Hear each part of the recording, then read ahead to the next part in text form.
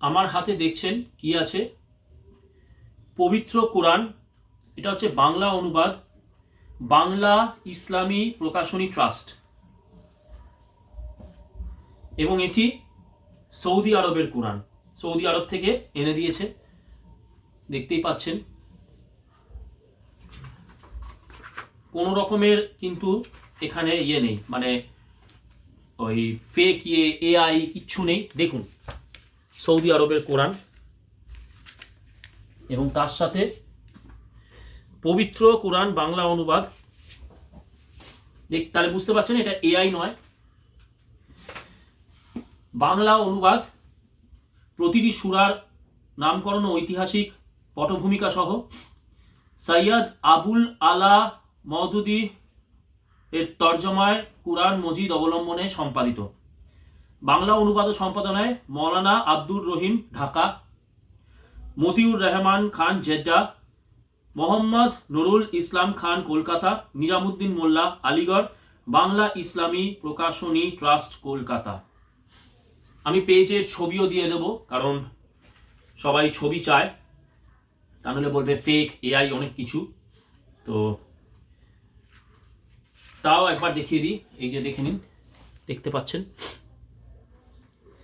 কেন আমি আজকে এই পবিত্র কোরআন নিয়ে বসলাম, প্রথমেই বলে দিই, আজকের এই ভিডিও জাতির কথার পক্ষ থেকে, আজকের এই ভিডিও ইসলাম ধর্মকে অবমাননা করার বিন্দুমাত্র ইচ্ছা নেই।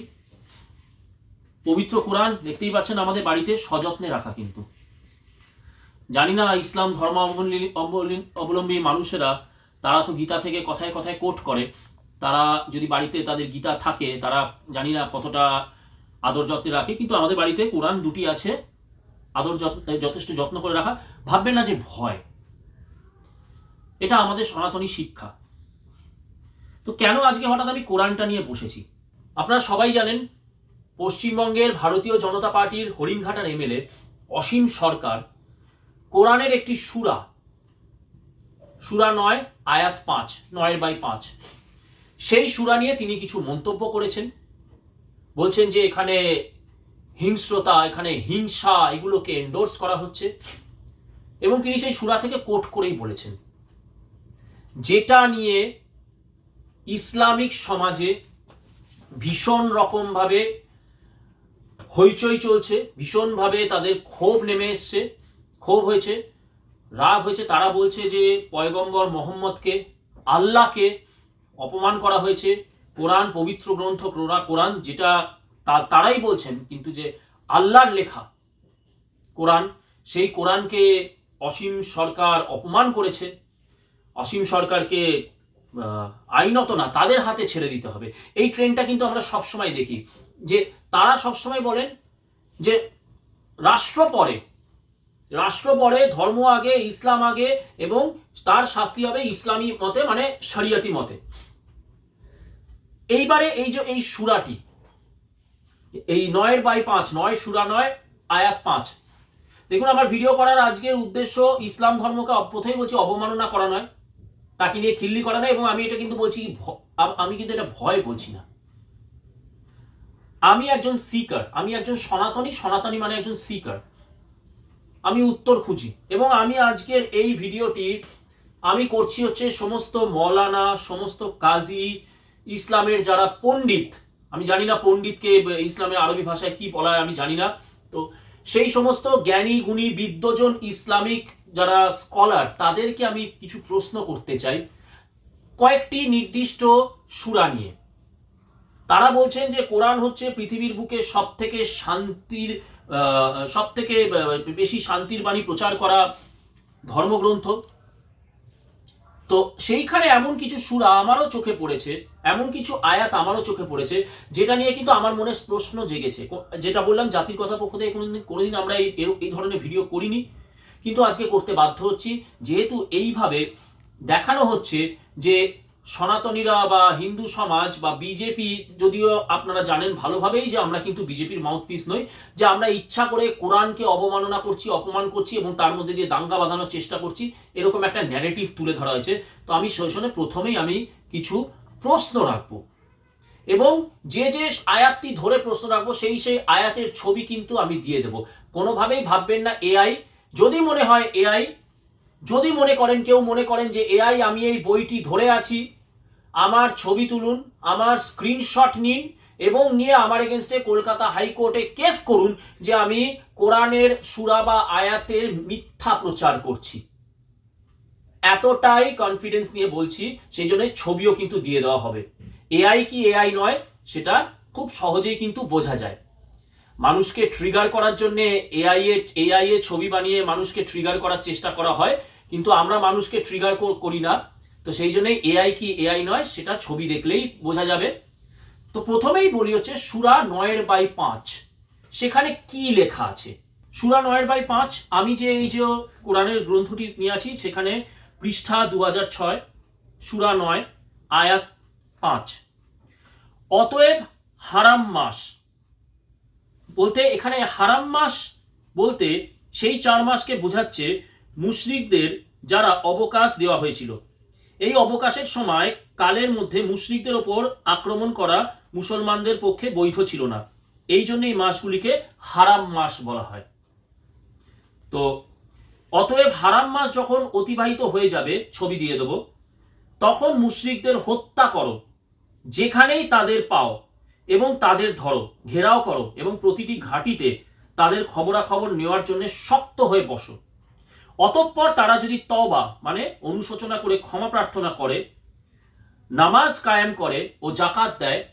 জাকাত মানে যারা জানেন না তাদেরকে বলি যে একটি মুসলিম তার যদি 1 টাকা থেকে 1 কোটি টাকা যেরকমই আয়, তার 1% ইসলামের প্রচারের জন্য তাকে দিতে হবে, সেটাকে বলে জাকাত।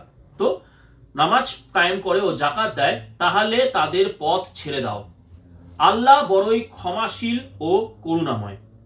তো এখানে বলছে অর্থাৎ কেবলমাত্র কুফর ও শিরক মানে অংশীবাদিতা থেকে তওবা করে নিলেই ব্যাপারটা শেষ হয়ে যাবে না, বরং তাদের নামাজ প্রতিষ্ঠা করতে ও জাকাত দান করতে হবে, নচেত তারা যে কুফর আল্লাহ দ্রোহিতা ত্যাগ করে ইসলাম করেছে এ কথা মেনে নেওয়া যাবে না।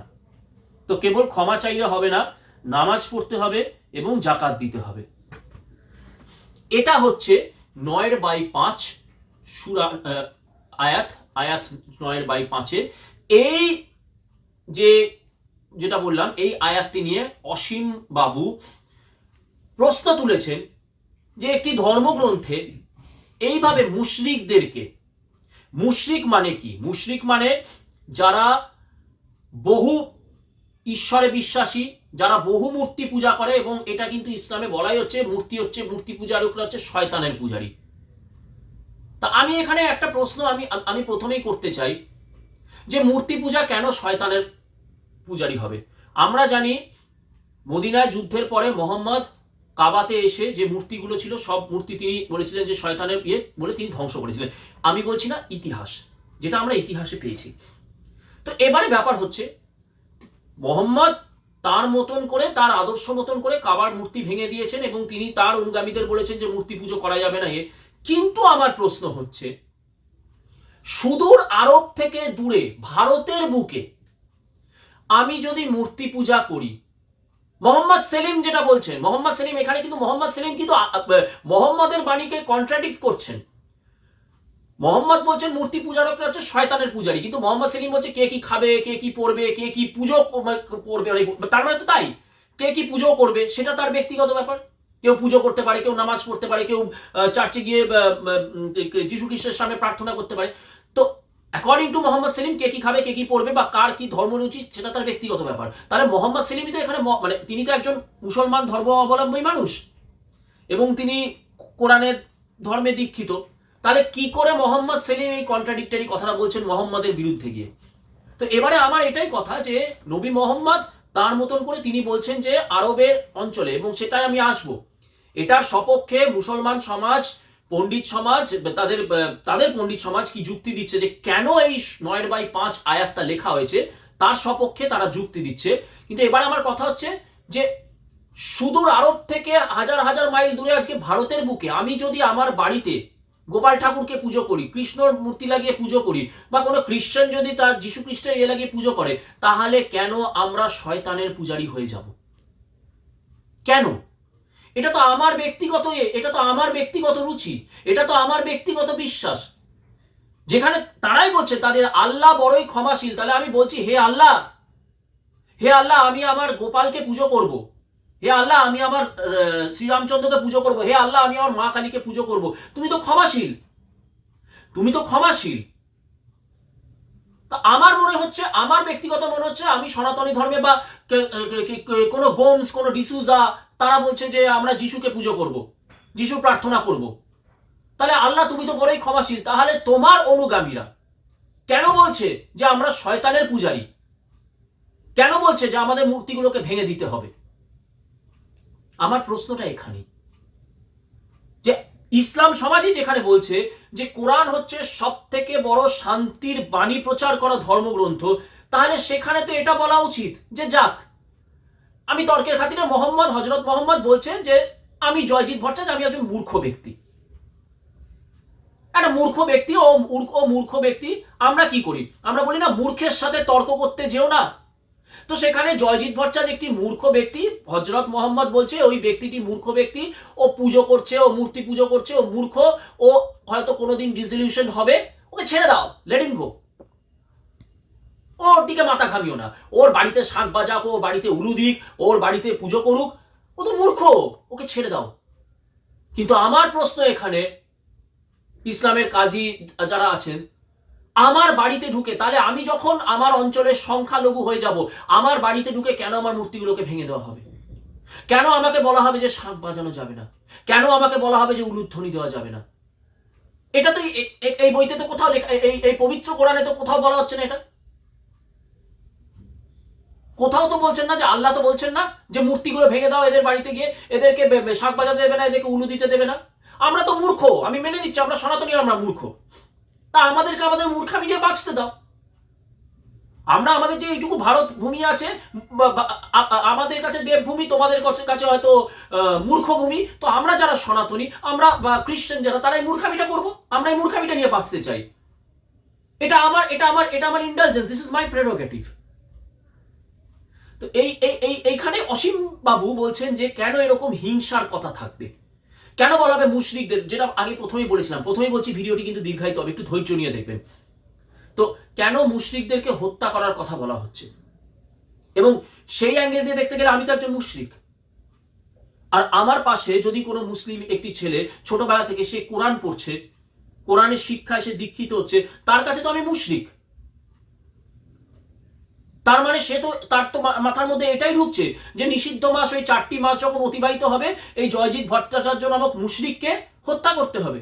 আর নয়তো কি ফোর্সফুলি আমি যদি তার কাছে আত্মসমর্পণ করি, আমি যদি নামাজ পড়ি, আমি যদি জাকাত দিই, তাহলে আমার পথ ছেড়ে দেওয়া হবে, কারণ আল্লাহ বড়ই ক্ষমাশীল।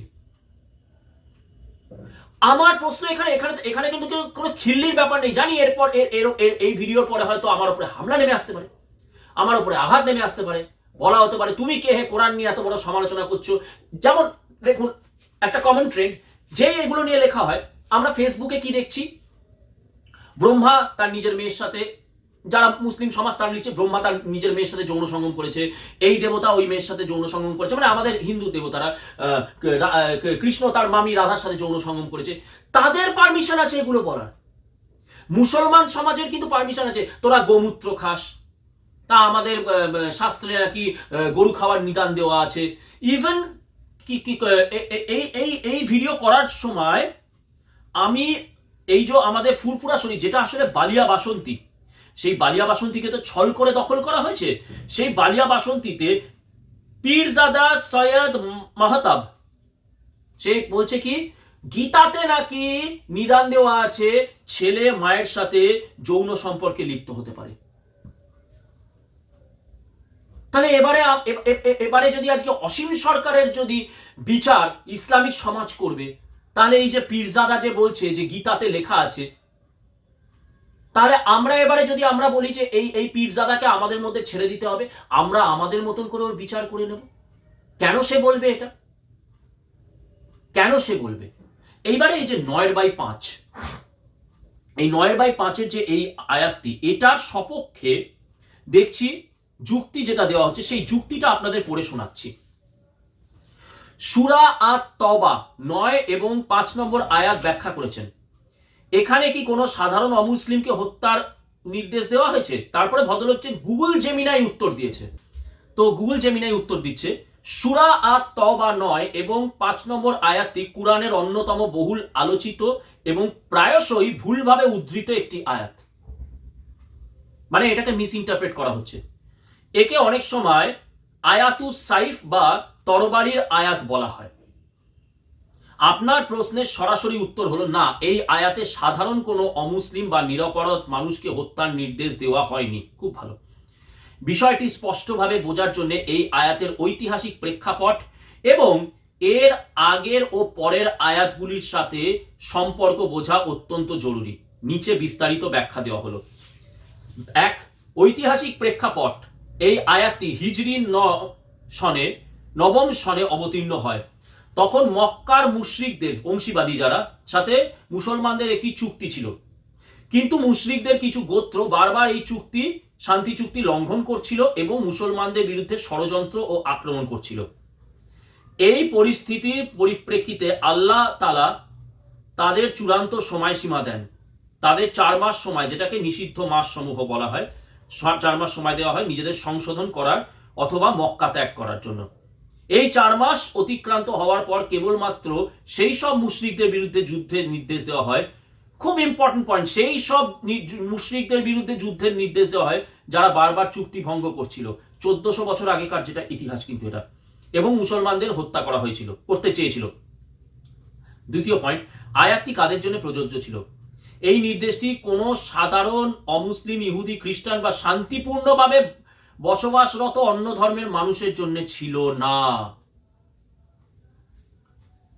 তার মানে বাংলাদেশে যে মুশরিকরা থাকে, বাংলাদেশে যে খ্রিস্টানরা থাকে, পশ্চিমবঙ্গের বুকে এই খিদিরপুর, মেটিয়াবুরুজ, তারপরে মালদা, মুর্শিদাবাদে যে হিন্দুরা থাকে, মুশরিকরা থাকে, তাদের উপরে কিন্তু এই আঘাত আনার কথা বলা হয়নি। কিন্তু আমরা বারংবার দেখি নিষিদ্ধ মাস অতিবাহিত হলে কিভাবে হামলা নেমে আসে, কিভাবে ফোর্সফুলি বলা হয় খুব বেশি দূর যেতে হবে না, ব্যারাকপুরের কিছু অঞ্চলে চলে যান, একটু ইন্টিরিয়ার ইয়েতে, শাঁখ বাজানো যাবে না, উলু দেওয়া যাবে না। আর তারপরে তো, আর আমি যে মিথ্যা কথা বলছি তার সব থেকে বড় প্রমাণ হচ্ছে লগ্নজিতা, মধুবন্তী, তাদের উপরে কি হয়ে গেল। যাই হোক, তো আমার প্রশ্ন এখানেই যে আপনাদের ইতিহাস তো এটা বলছে, তো অন্য ধর্মের বসবাসরত অন্য ধর্মের মানুষদের জন্য এই নির্দেশ কিন্তু ছিল না। এটি সুনির্দিষ্টভাবে সেই সব আরব মুশরিকদের জন্য ছিল। আরব মুশরিক, যারা মুসলমানদের সাথে চুক্তি ভঙ্গ করেছিল, মুসলমানদের বিরুদ্ধে যুদ্ধ ঘোষণা করেছিল, কোনো কারণ ছাড়াই মুসলমানদের হত্যা ও নির্যাতন করেছিল।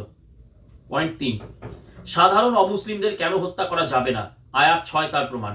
সূরা আত-তওবার 5 নম্বর আয়াতের ঠিক পরের আয়াতটি, আয়াত 6 প্রমাণ করে যে এটি নির্বিচার হত্যার নির্দেশ নয়। 6 নম্বর আয়াতে বলা হয়েছে, আর মুশরিকদের কেউ যদি তোমার কাছে আশ্রয় চায়, যেটা আমি একটু আগে বললাম, তাদেরকে আশ্রয় চায়, তবে তাকে আশ্রয় দাও যাতে সে আল্লাহর বাণী শুনতে পায়। এখানে আমার একটা প্রশ্ন, যে আমি যদি আল্লাহর বাণী শুনতে না চাই,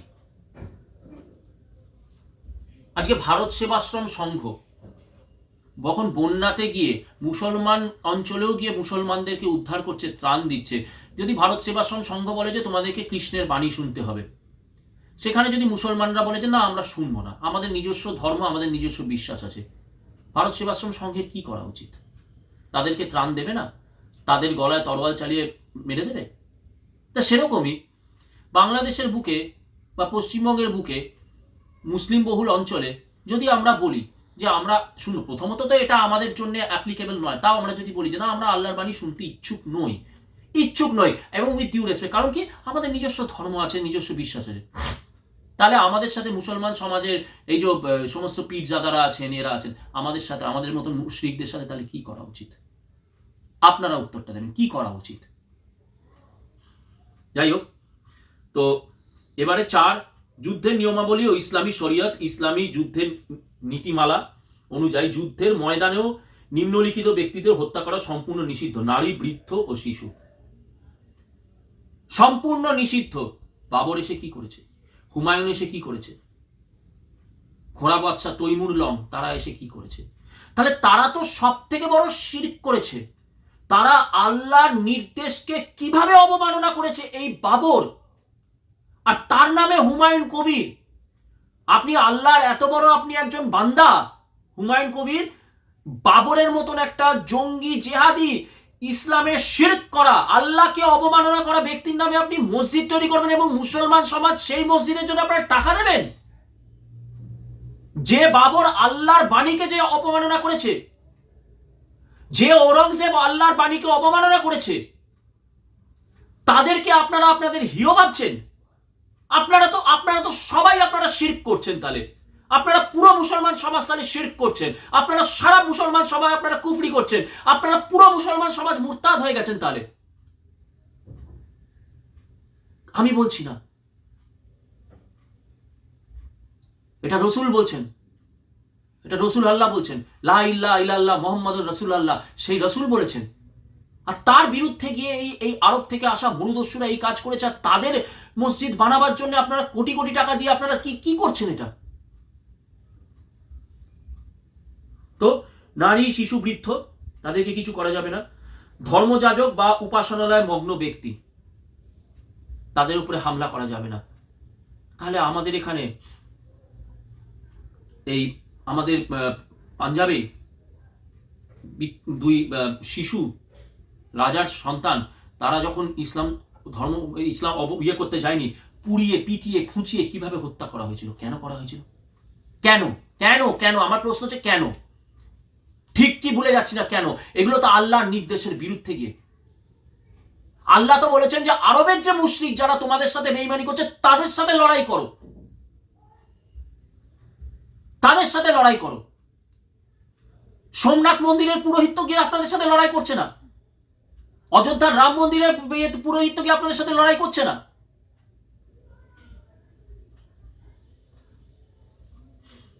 আর যারা যুদ্ধে অংশগ্রহণ করেনি বা আত্মসমর্পণ করেছে তাদের উপরে কোন রকমের হামলা আনা যাবে না।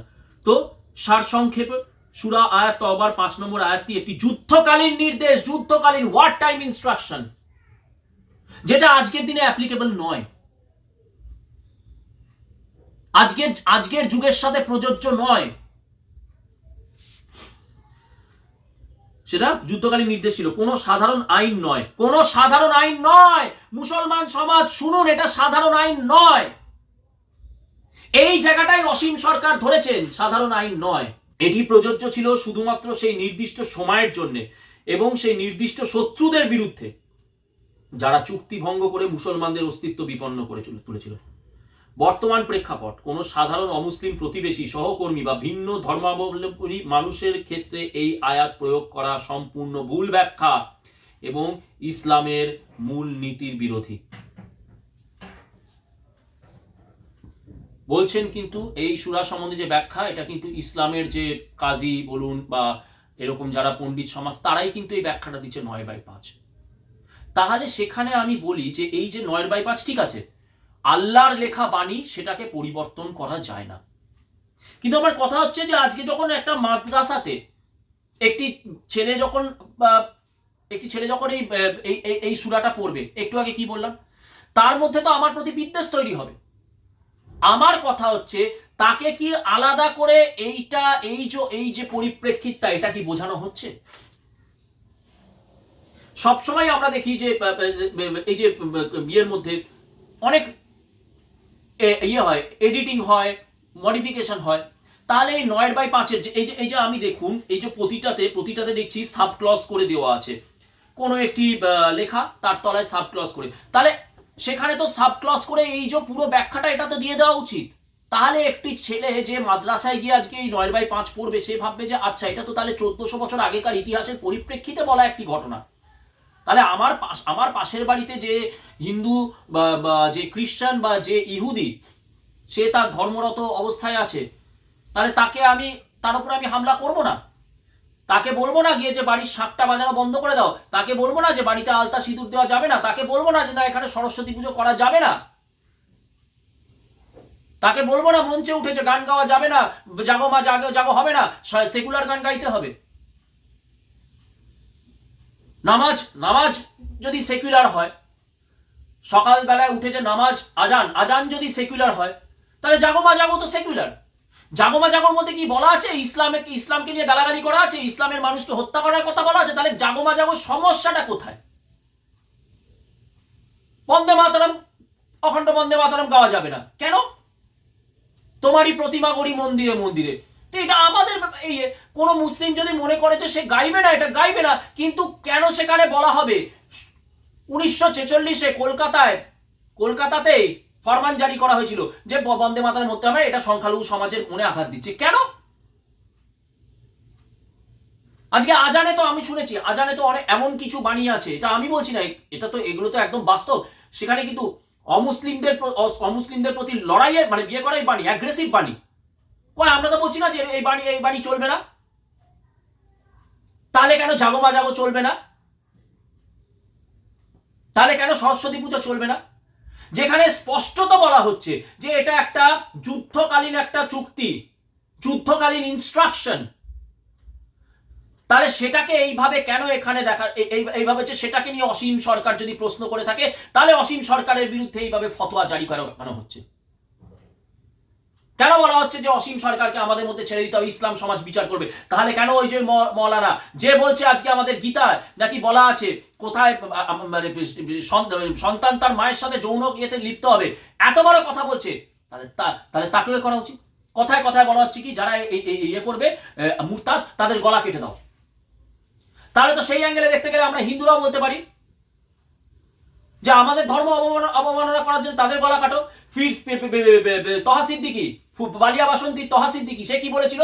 শিবের এত বড় লিঙ্গ সব জায়গায় ঘুরে বেড়াচ্ছে। আজকে এই তহা সিদ্দিকি কত বড় হিপোক্রিট, নোংরা, হিন্দু বিদ্বেষী এবং ইসলাম আল্লাহর বিরোধী তহা সিদ্দিকি। আমি তোমাকে বলি আল্লাহর বিরোধী তুমি, কারণ তুমি শিরক করছো, তুমি কুফর করছো। কারণ আল্লাহ একবারও বলেনি যে হিন্দু সমাজের আমাদের যা অমুসলিম যারা তাদের বিশ্বাস নিয়ে খেলোয়াড় করো, তুমি করেছো। তোমার দোজকে জায়গা হবে তহা সিদ্দিকি, তোমার দোজকে জায়গা হবে। আল্লাহর রোষে তুমি জ্বলে পুড়ে খাক হয়ে যাবে তহা সিদ্দিকি। এবং তহা সিদ্দিকির সাথে যারা বালিয়া বাসন্তীকে বলপূর্বক যারা ইয়ে করেছো, ফুরফুরা শরীফ করেছো, আল্লাহর রোষে তোমরা জ্বলে পুড়ে খাক হয়ে যাবে। হুমায়ুন কবির, আল্লাহর রোষে তুমি জ্বলে পুড়ে খাক হয়ে যাবে। বাবরের মতন একটা মরুদস্যু যে এসে এখানে অমুসলিমদেরকে যৌন দাসী বানিয়েছে। ওই যে মাজার, ওই যে দরগায় গিয়ে খ্বাজা মঈনুদ্দিন চিশতি, যে রাজা পৃথ্বীরাজ চৌহানের স্ত্রী সংযুক্তাকে বলেছিল ইসলাম গ্রহণ করো, যখন রানী সংযুক্তা ইসলাম গ্রহণ করেনি, হাজারো সৈন্যর মধ্যে ছুঁড়ে ফেলে দেওয়া হয়েছে, হাজার হাজার লোক তাকে ধর্ষণ করে ছিঁড়ে কুড়ে খেয়েছে। সেই খ্বাজা মঈনুদ্দিন চিশতি নামে যে দরগা, আমি বলি যে সেই দরগার দোয়া আল্লাহ নেয় না। খ্বাজা মঈনুদ্দিন চিশতির দরগার দোয়া আল্লাহ নেয় না, কারণ আল্লাহর কাছে আল্লাহর নামে ইয়ে করে এরা গুণা করেছে, আল্লাহকে এরা কেবল ব্যবহার করে গেছে। নিজেদের সাম্রাজ্যবাদের নামে ইসলামকে অবমাননা করে আল্লাহকে এরা বিয়ে করেছে। মুসলমান সমাজ জেগে উঠুন আপনারা এই সমস্ত হিপোক্রিটদের বিরুদ্ধে। তাহলে তো গলা কাটা উচিত, যেটা বলছিলাম সবার আগে। তহা সিদ্দিকি শিবের লিঙ্গ কোথায় কোথায় ঘুরে বেড়ায়, গলা কাটা উচিত। এই যে পীরজাদা যে বলছে যে গীতাতে নাকি এরকম দেওয়া আছে, নিদান দেওয়া আছে, গলা কাটা উচিত প্রতিটি মুসলিম যারা বলছে যে আমাদের ধর্মে নাকি সব জায়গায় নাকি এই ব্রহ্মা ইয়ে করছে, যৌন এতে লিপ্ত, এই কৃষ্ণ যৌন এতে লিপ্ত। তোমাদের কে বলার অধিকার দিয়েছে? গলা কাটা উচিত কার? বিকাশ রঞ্জন ভট্টাচার্য, যে গরু খেয়ে সেকুলারিজম দেখিয়ে বলছে কি হিন্দু মূর্তি আমার মূর্তি কি মুন্ডু কেটে দিয়েছে। গলা কাটা উচিত কার? মহামৈত্রর, যে কিনা বলছে কালী মাংস খায়। লজিক অনুযায়ী গলা কাটা উচিত কার? কবির সুমানের, যে বলছে হিন্দুর মাকে ধর্ষণ করবো। এবং গলা কাটা উচিত কার? মমতা বন্দ্যোপাধ্যায়, যে বলছে কি আমাদের হিন্দু নিচু সমাজরা গরু খায়। সবার তাহলে গলা কেটে দাও, খ্যাচ খ্যাচ খ্যাচ খ্যাচ খ্যাচ হয়ে গেল। ফেলুদা যেরকম জটায়ু বলেছিল ঠাই ঠাই ঠাই ঠাই ঠাই ঠাই, আমরা বলি খ্যাচ খ্যাচ খ্যাচ খ্যাচ খ্যাচ খ্যাচ, সব গলা কেটে দাও। তোমাদের তো 54টা ইসলামিক রাষ্ট্র আছে, সেখানে তোমাদের মতন করে তোমরা তোমাদের আদর্শ সবকিছু ফলো করো। আমরা তো বলতে যাচ্ছি না সেখানে, আমরা তো তোমাদের 54টা ইসলামিক রাষ্ট্র তো আমরা ফরমান দিতে যাচ্ছি না, আমরা গীতার ফরমান দিতে যাচ্ছি না, আমরা শাস্ত্রের ফরমান দিতে যাচ্ছি না। তাহলে আমাদের ভারতকে, তাহলে কেন আমাদের ভারতকে তোমরা বলবে হারাম, দারুল হারাম কেন বলবো? ওয়াই দিস ইজ হারাম? তোমরা কেন বলবে গাজবায়তুল হিন্দ করতে হবে? তোমরা কেন বলবে আজাদ কাশ্মীর করতে হবে? তোমরা কেন বলবে সুবে বাংলা করতে হবে?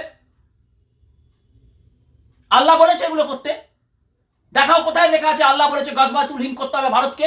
আল্লাহ কোথায় বলেছে পশ্চিমবঙ্গকে সুবে বাংলা করতে হবে? প্রশ্নের উত্তর চাই। আমার গলা কেটে দিতেই পারো, কিন্তু ওই যে বললাম আমি একজন সনাতনী সিকার। অসীম সরকারের গলা কাটতে পারো, জয়জিৎ ভট্টাচার্যের গলা কাটতে পারো, কিন্তু কত মানুষের গলা কাটবে? মানুষ এইভাবে জেগে কমলেশ তিওয়ারিকে খুন করতে পারো, কিন্তু এভাবে কত করবে তোমরা? কত করবে? প্রশ্ন তো করবই। আরো অনেক সূরা আছে, অনেক আয়াত আছে যেগুলি নিয়ে কিন্তু প্রশ্ন উঠতে পারে। সূরা 4/34, সূরা 3/28। আজকে তুলছি না সেইগুলো, তুলতে চাইও না। আর তারপরে বলি, এই যে বললাম না যে কোরআন দুটি যত্ন করে রেখেছি, আবারও বলছি ভয় নয়, কিন্তু আমার ব্রহ্মা, আমার বিষ্ণু, আমার মহেশ্বর আমাকে শিক্ষা দেয় না। যেরকম ভাবে দেখেছিলাম বাংলাদেশের একটি ছেলে ভারতের জাতীয় পতাকাতে কমোডে দিয়ে ফ্ল্যাশ টেনে দিল, অনেকেই কিন্তু বলেছিল পাল্টাটা দিন দাদা, আপনার তো কোরআন আছে না। প্রথমত বিদ্যা, দ্বিতীয়ত কোনো মানুষের সমাজের ধর্মবিশ্বাস। আমার শিক্ষা এটা বলে না যে সেই পাল্টাটা দেওয়ার জন্যে তার কোরআনের পাতা ছিঁড়ে টয়লেটে ফ্ল্যাশ করে দেবো, ভয় না, এটা আমার শিক্ষা বলে। কিন্তু আমার শিক্ষা কি বলে জানেন? যে বাংলাদেশিটা এটা করেছিল, ভারতীয় পতাকা সামনে যদি পায়, দেখেছেন আমার ঘুষির জোর জানা আছে, আর উঠতে পারবে না জীবনে। আমি সেটাই বিশ্বাস করি। তো সেই জন্য বলছি, সবাইকে বলছি, প্রশ্নের উত্তর চাই। ইতিহাসের বুকে এত বড় যুদ্ধ, এত বড় ঘটনা ঘটেছে, সেই ইতিহাসের কেন সেই এই যে যেটা বলছে ওরা, যে আল্লাহ বলেছেন যে আরবের মুশরিকদের সাথে শুধু, এটা তো পাঠ্য বইতে রাখা উচিত, পুস্তক বইতে রাখা উচিত। আমি তো মনে করি আমি বঞ্চিত এই ইতিহাস পড়ার থেকে, এবং সেইভাবে ইচ্ছাকৃতভাবে বঞ্চিত করা হচ্ছে মুসলমান সমাজকে। কারা করছে? এই হুমায়ুন কবিরের মতন এক শ্রেণীর লোকেরা, মোহাম্মদ সেলিমের মতন এক শ্রেণীর লোকেরা, যারা এই বাবরের মতন, ঔরঙ্গজেবদের মতন, আকবরের মতন মরুদস্যুদের ইডিওলজিকে নিজেদের ব্যবসার স্বার্থে, পয়সা কামাবার স্বার্থে, এরা সব আল্লাহর বলি, আল্লাহ সর্বশক্তিমান আল্লাহ এদেরকে দোজকে, এদের যেন দোজকের যে চরম শাস্তি, সেই শাস্তিতে যাতে চড়ে পুড়ে মরে। নমস্কার।